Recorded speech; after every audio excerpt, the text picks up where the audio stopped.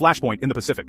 Tensions have reached a boiling point in one of the world's most strategically vital waterways, where the balance of power is being tested like never before. The United States, Japan, and the Philippines have come together to launch an unprecedented naval patrol, marking a historic moment of military cooperation in the region. This bold move has put Beijing on high alert, as Chinese military commanders closely monitor every maneuver, wary of any challenge to their growing influence. On the tense waters of the West Philippine Sea, a Philippine Coast Guard vessel faces off against a massive Chinese ship, a scene that has become all too familiar in recent years. The blare of horns, the threat of water cannons, and the looming presence of rival ships set the stage for a near-daily drama near Scarborough Shoal, where every encounter could escalate into conflict. Filipino fishermen, who have relied on these waters for generations, now find themselves harassed and blocked by larger Chinese vessels. Their livelihoods are threatened, and their pleas for help have often gone unanswered, with diplomatic protests falling on deaf ears.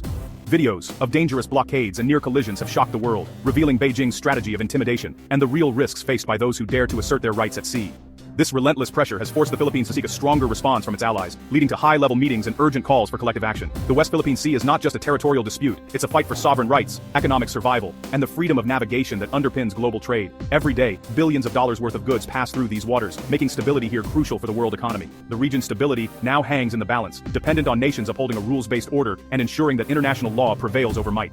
Under President Marcos Jr., the Philippines has pivoted decisively to its allies, culminating in the largest ever Joint Maritime Patrol, a clear demonstration of resolve and unity. The arrival of American and Japanese warships alongside Philippine vessels sent a clear message to the world. China's expansionism will be met with unity, determination, and a shared commitment to peace. This was no longer a distant geopolitical chess game. It was a direct, visible stand, with sailors from three nations working side by side, ready to defend the principles they share. The world watched as a new alliance made its presence known in contested waters, with global media capturing every moment of this historic show of solidarity. For the Philippines, this was about more than territory. It was about defending its future, its people, and its place in the world. The sight of citizens waving flags and children watching from the shore underscored the deep national pride at stake. The calm sea was about to witness a powerful shift in the regional order, as a new alliance stood ready to shape the future of the Pacific and defend the values that bind them together.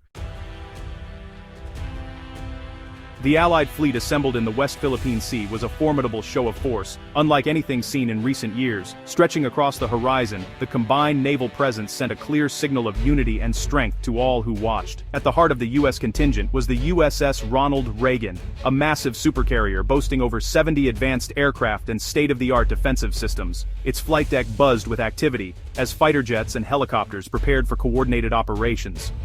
Flanking the carrier were the USS Robert Smalls and USS Antietam, both guided missile cruisers equipped with the cutting-edge Aegis combat system.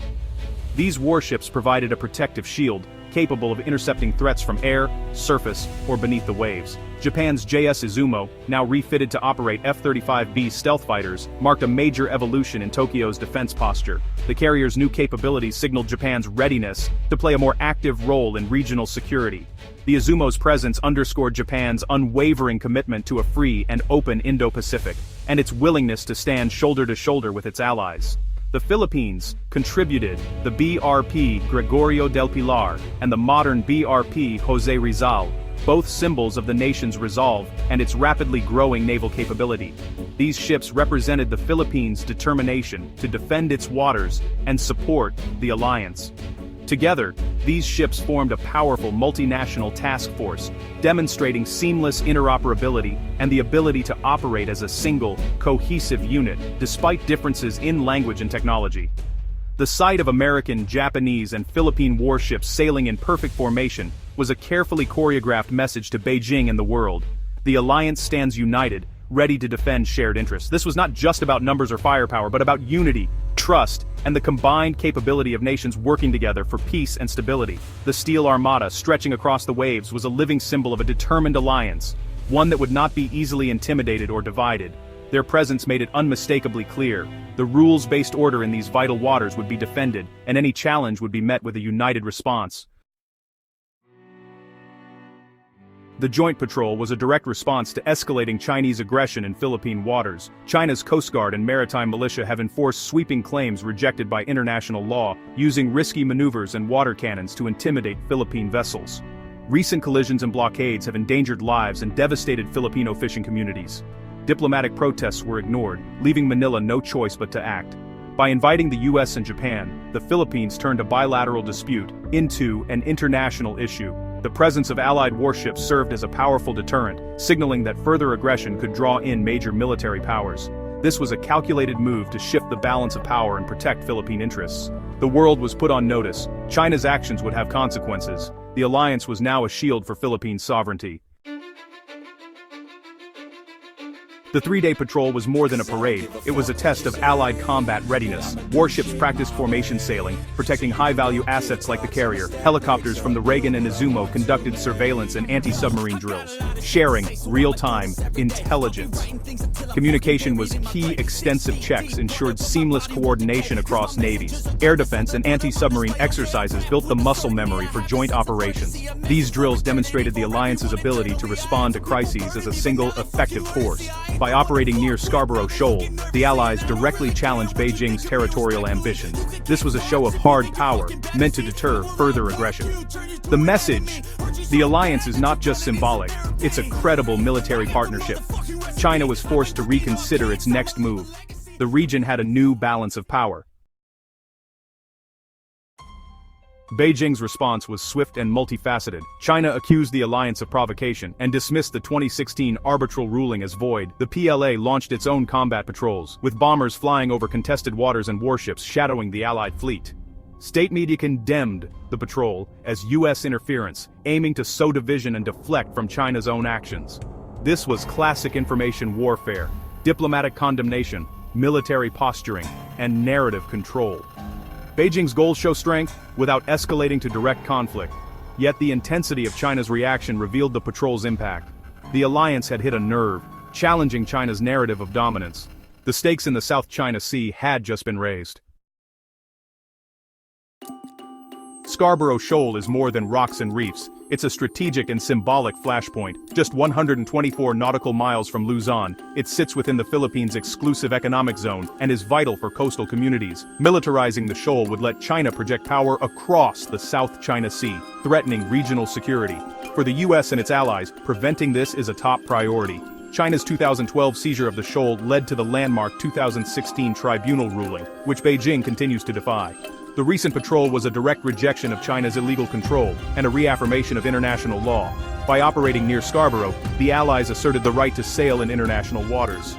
This was a pointed response to one of China's boldest acts of aggression. The shoal's fate now symbolizes the broader struggle for the rules-based order. At the heart of this new security posture in Southeast Asia is the 1951 U.S.-Philippines Mutual Defense Treaty. This historic agreement, signed in the aftermath of World War II, laid the foundation for a lasting partnership between the two nations, promising mutual support in the face of external aggression. In recent years, U.S. officials have made it unmistakably clear, any armed attack on Philippine vessels or forces in the South China Sea could trigger a direct U.S. military response under the treaty's obligations. This message is meant to deter potential adversaries and reassure allies of America's commitment. President Biden and Defense Secretary Austin have repeatedly affirmed this ironclad commitment, emphasizing that the U.S. stands shoulder to shoulder with the Philippines in defending its sovereignty and territorial integrity. For Manila, this renewed alliance is a game-changer, reversing years of uncertainty and signaling a new era of strategic cooperation. The Philippine government now feels more confident in asserting its rights in contested waters. Joint patrols between U.S. and Philippine forces are now seen as active deterrence, not acts of provocation. These operations demonstrate unity and resolve, sending a clear signal to any would-be aggressors. The alliance is also expanding, with Japan emerging as a key partner. Joint exercises and trilateral meetings are becoming more frequent, and other regional ties are strengthening as well. The U.S. is weaving a complex web of partnerships across Asia, making it increasingly difficult for Beijing to isolate its rivals or act unilaterally in the region. This collective security approach means that any attempt by China to pressure individual nations is now met with a coordinated response, making it much harder for Beijing to achieve its goals through intimidation. Instead of facing isolated opponents, Beijing now finds itself confronting a growing, coordinated coalition of nations determined to uphold the rules-based order. This alliance stands as a united front, dedicated to preserving regional stability, protecting international law, and ensuring freedom of navigation for all. The stakes for China have never been higher, as the balance of power in the region continues to shift and the world watches closely. The November 2025 patrol was just the beginning of deeper security cooperation. Plans are underway for regular, more complex trilateral exercises in the West Philippine Sea. The goal: normalize Allied presence and shield Philippine vessels from coercion. U.S. military assistance is modernizing the Philippine Armed Forces, while the Enhanced Defense Cooperation Agreement expands U.S. access to key bases. Japan is negotiating a reciprocal access agreement, paving the way for larger joint drills. The growing Tokyo-Manila partnership is a major regional shift. The vision, a seamless, integrated defense network among the three allies. Future cooperation will include intelligence sharing, logistics, and joint air and cyber defense. The message to Beijing: this alliance is deep, enduring, and ready to defend a free Indo-Pacific. The Joint Patrol marks a turning point in Indo-Pacific geopolitics. It signals a shift from passive diplomacy to active deterrence against Chinese expansion. China's gray zone tactics are now met by a united front. The alliance's strength lies in its resolve and cooperation, not just military hardware. While risks of escalation remain, many argue that only credible deterrence can prevent conflict. The US-Japan-Philippines partnership is reshaping the region, anchoring a broader security network. This coalition ensures the region's future won't be dictated by a single power. The South China Sea's fate is uncertain, but the tide is shifting. The patrol was more than a military exercise, it was a political statement. The Philippines is no longer alone, its alliances are ironclad. The world has been put on notice, sovereignty and freedom of navigation will be defended.